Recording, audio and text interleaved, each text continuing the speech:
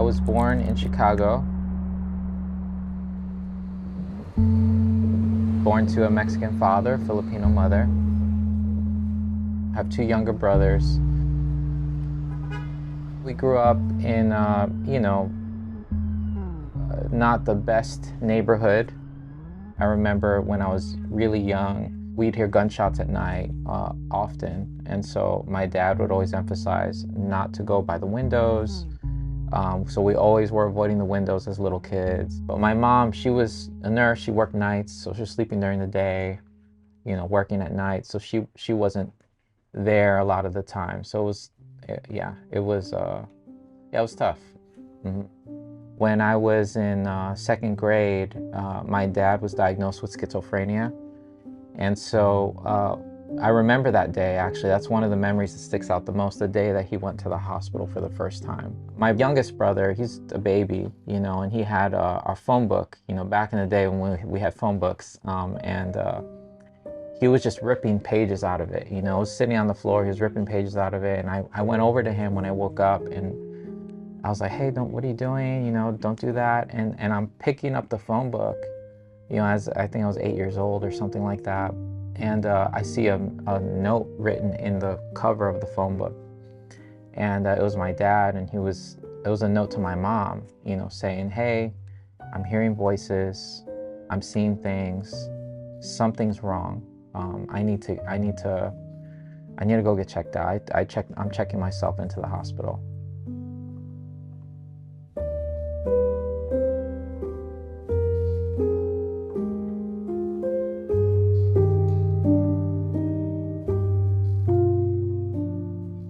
I remember one of the first appointments we went to with him, with his, I don't know if it was a psychologist or psychiatrist or something like that. And the doctor came out to us and said, hey, whatever you guys do, do not admit ever to hearing or seeing what your dad is claiming he hears or sees if it's not real.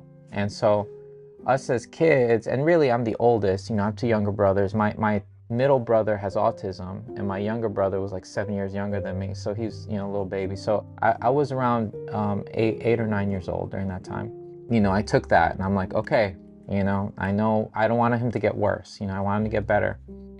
Abuse is a sense of controlling, threatening, or violent behaviors with the intention to control the person, to gain something from that person.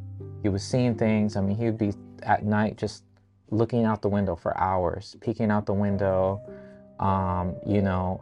saying the neighbors are saying things about him, cursing at him. He would ask me, hey, are you hearing that? Are you seeing that? Look, don't you see this? Look, there's a guy over there. And I would say, no, we don't, And so whenever and it might have been just him in denial with himself, but whenever we would say, no, we don't hear it, we don't see it, he would basically beat us until we would admit, but we never would admit, so because I was told that by his doctor. So I didn't want him to get worse. So the difference between childhood trauma and adult trauma is that the child's brain is not yet fully developed. That can in some ways work for that child because children tend to be able to be positive more easily than complex adults. But in addition, what happens with trauma in childhood is often it is accompanied by a lack in the support system. So if, for instance, a child experiences repeated abuse from a parent, that also shows us that that parent wasn't actually being a parent to that child. So it's not only the trauma that affected the child, but it's the lack of the support system that impacted the child. And the child's support system is what builds their brain. So as parents, we need to be able to let the children know, I'm right here, you're safe, I'm walking this journey with you, you're not alone. And that helps feel that they're safe in the world. So as they get older, they feel safer in relationships and they feel safer overall. They can be more successful and experience less anxiety. So he would beat us. I mean, I remember, you know, we would get punched, we'd get thrown against the wall or against the TV. We would, yeah, it was a lot, you know, and me being the oldest, you know, I have two younger brothers. I didn't want them to get in the crossfire, so I felt a responsibility to protect them. So, you know, when I sensed something was happening, I would tell them to go in a room, lock the door, and I would be the one to try to take, you know, it all on so that they're not affected by it. Human beings are incredibly capable of overcoming trauma and difficulty, but it's particularly devastating when that trauma happens to a child because of their state of vulnerability and that their brain isn't an adult brain yet. So they're inclined to do things like blame themselves because they can't think like an adult thinks, and so they're inclined to say it was my fault, or other like cognitive distortions. And so oftentimes it is until adulthood that they start to confront those cognitive misbeliefs, we might call them. And then they can rework those misbeliefs and rewrite them, and they can become healthier. But it is particularly traumatic and difficult for a child to overcome trauma. Every time things would happen, he would kind of come to his senses. He'd be crying, he'd hug me. He's like, I'm so sorry. You know, I'm sorry I did this. And sorry. And it was it was really confusing as a kid, because here's someone that just so much hate and violence, but then 10 minutes later he's hugging you, he's apologizing, he's saying he loves you. It was hard. It was hard and confusing. Yeah.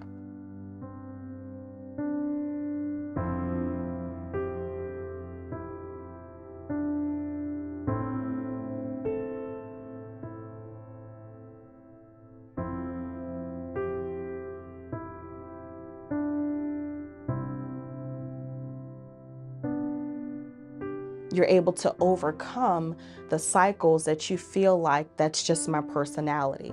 That's just how I am. That's how my mom did it, how my dad did it.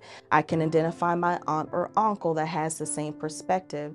But it's not until the individual is willing and realize that life can be different outside of trauma is when they'll experience a new lived life. You know, I even remember trying to explain that to my brothers, you know, like, hey, that wasn't dad. This is dad. You know, the dad that we went out to the park with and barbecued, like, that's our dad. This person that, you know, that hit you or that punched down the door to get to you, like, that's not our dad, you know. I also felt like I needed to protect my mom from my dad. And that was something that that I would do, and then I felt like I had to protect my dad from himself, because, you know, when he gets triggered, you know, and making sure he doesn't get worse and trying to figure that out. The reason most people do not leave an abusive situation, it's fear that they're going to be in more danger if they leave, because the abuser might come after them, or that they won't know how to do it by themselves, and their fear that if I'm on my own, how am I going to live? But it's also at times they fear if I leave, I'm causing the abuser more pain, and sometimes they take the blame. I need to be here for this person, otherwise they're not going to be okay, which is a way of codependency. But, you know, the other thing too is, yeah, like, I couldn't tell anybody about this, you know. I was a kid and I was afraid that my dad would get taken away or something like that, and that wouldn't have helped. I believed as a child that wouldn't have helped. And so I didn't tell a lot of my friends about this.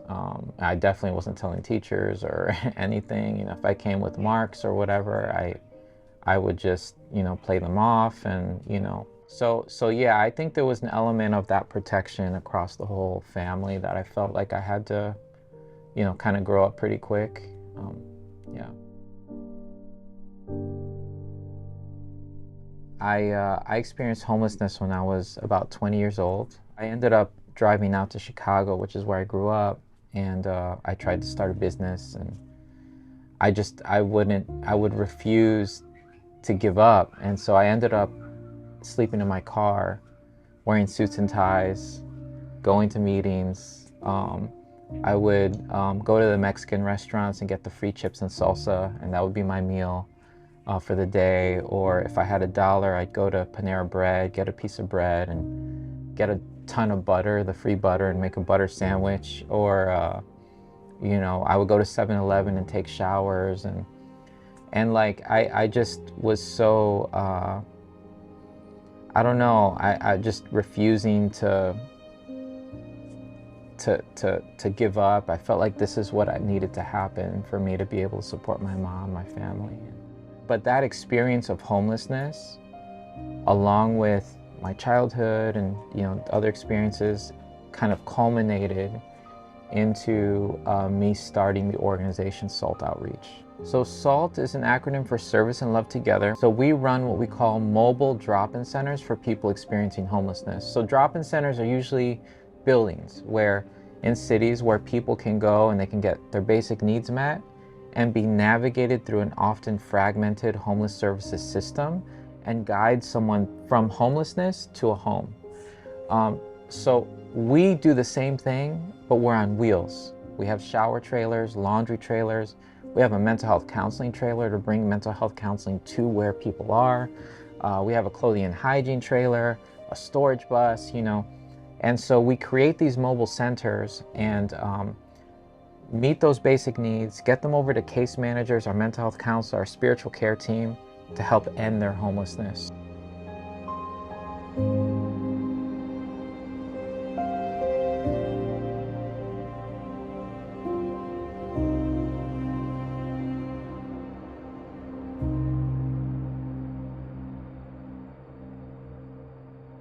And my father wasn't like the example, of what God's love is, in my opinion, from what, obviously because of sin and sickness and all that, but still going through what I was going through and still loving him, even though I am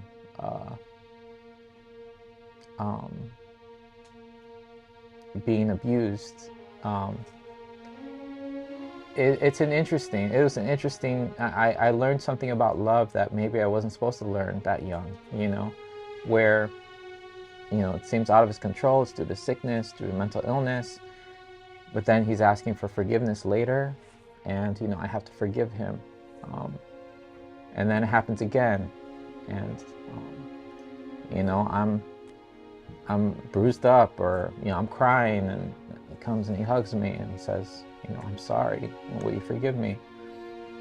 And I had to forgive him, and I had to keep doing that.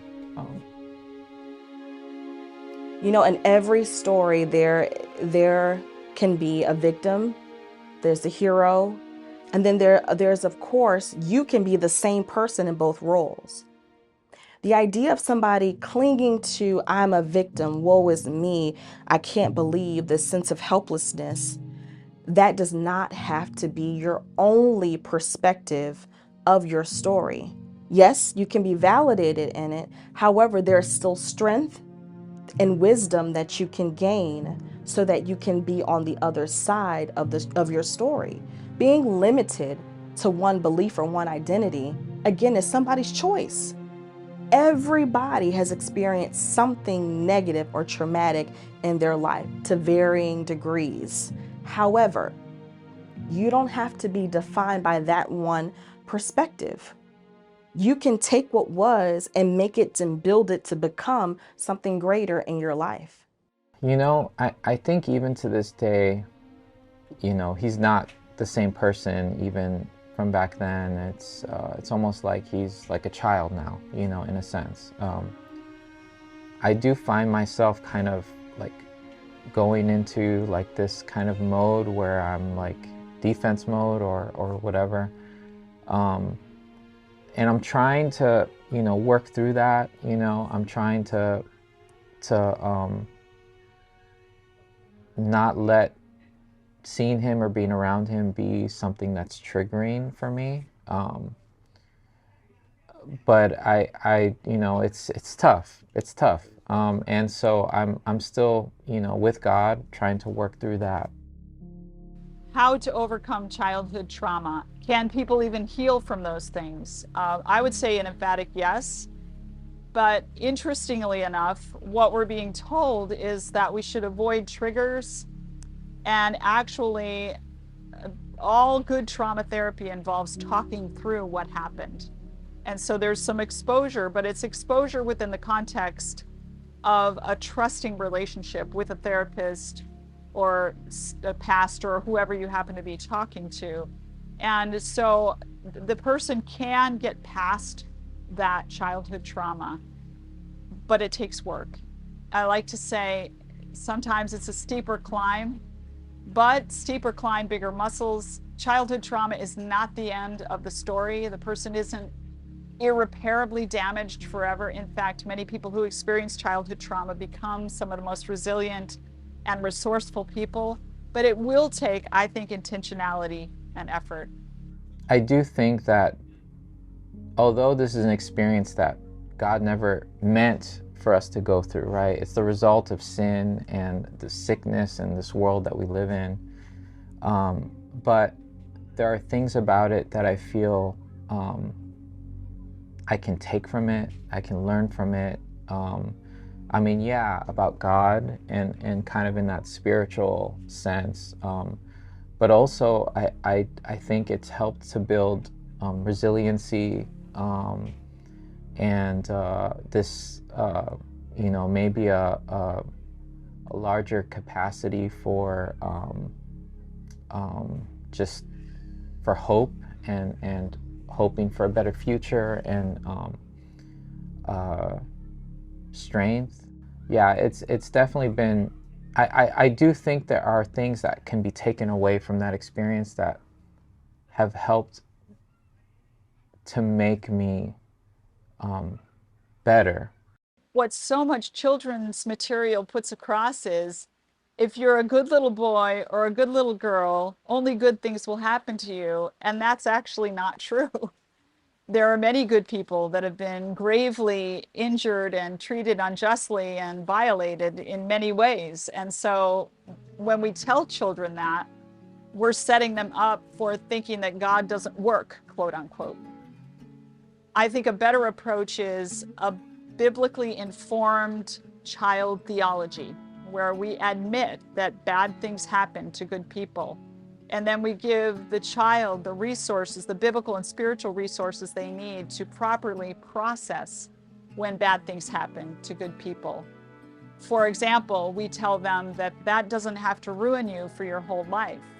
Or we tell them that in the long term, God will deal justice to people that violate you, but it doesn't happen right away. God's giving them a chance to be saved. I believe that everyone deserves a chance. Everyone deserves someone that loves them. Everyone deserves someone that's in their corner rooting for them.